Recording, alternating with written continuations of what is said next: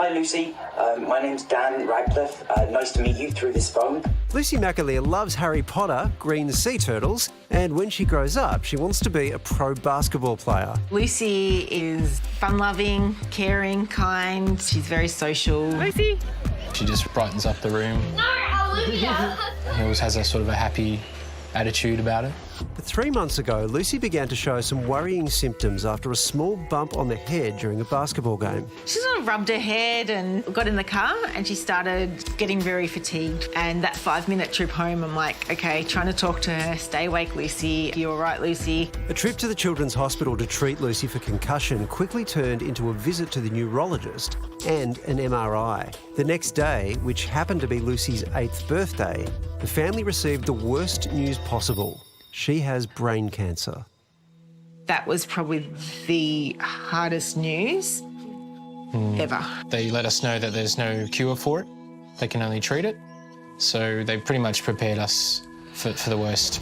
That rare brain tumour is called diffuse intrinsic pontine glioma, or DIPG. And while it's extremely rare, it's also the most aggressive of all childhood cancers, with a very low survival rate. Lucy was booked in for radiotherapy 5 days a week for 6 weeks straight, with the hope it would shrink the tumour and extend her life. She took the treatment like a champ. She did what they asked. She made jokes with the staff. She was finger knitting all these little bracelets, so she'd go and sell them to the staff and the nurses. Yeah, it's shown us how strong and resilient she is and how strong and resilient kids are in general.